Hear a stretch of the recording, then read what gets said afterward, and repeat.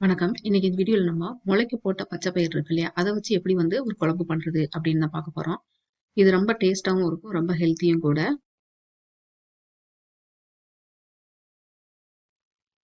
பச்சை பயிர ஒரு 8 மணி நேரமாவது நம்ம ஊற வைக்கணும்.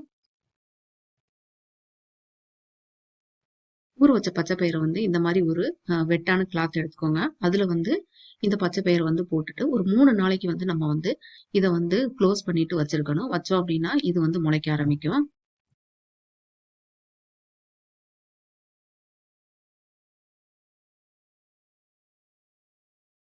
3 நாள் கழிச்சு பார்த்தீங்க அப்படின்னா, இந்த மாதிரி நல்லா இது முளைச்சிருக்கும். இதத்தான் நம்ம குழம்பு வைக்கிறதுக்கு யூஸ் பண்ண போறோம்.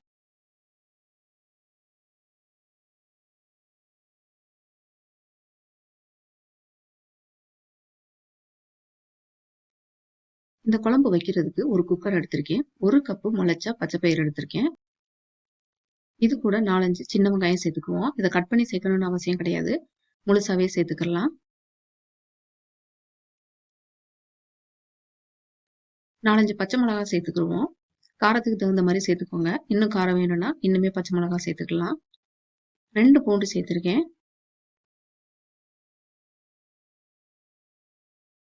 இது கூட ஒரே ஒரு தக்காளி சேர்த்திருக்கேன். ஒரு தக்காளி சேர்த்தா போதும். ஒரு 1/2 டீஸ்பூன் அளவுக்கு சீரகம் சேர்த்துக்குருவோம்.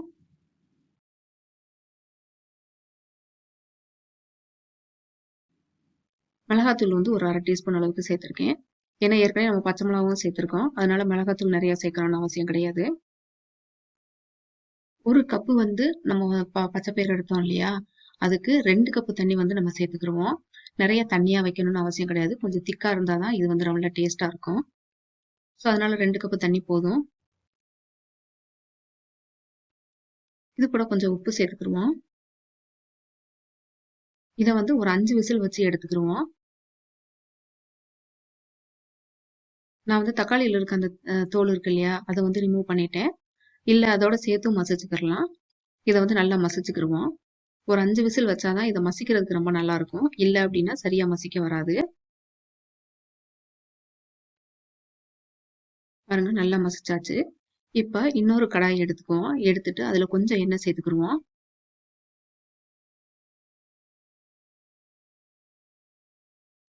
கடுகு, உளுந்தம் பருப்பு போட்டு தாளிச்சுக்கலாம்.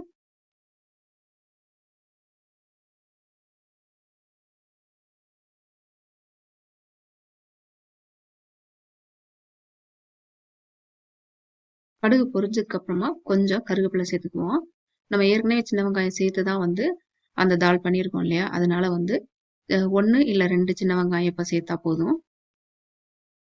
இத எண்ணெயிலே நல்லா வதக்கி விட்டுக்குருவோம்.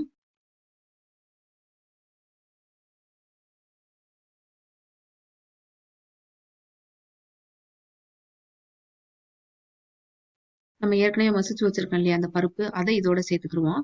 ஏற்கனவே இதெல்லாம் நல்லா குக் ஆனதுனால ஒரு 5 நிமிஷம் நம்ம சிம்ல வச்சு எடுத்தாவே போதுமானது தான்.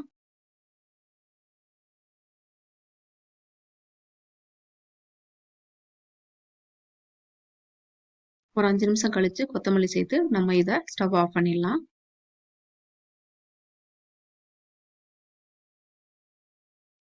பாருங்க சூப்பரான முளைக்கப்பட்ட பச்சை பயிறு தால் ரெடி ஆயிருச்சு.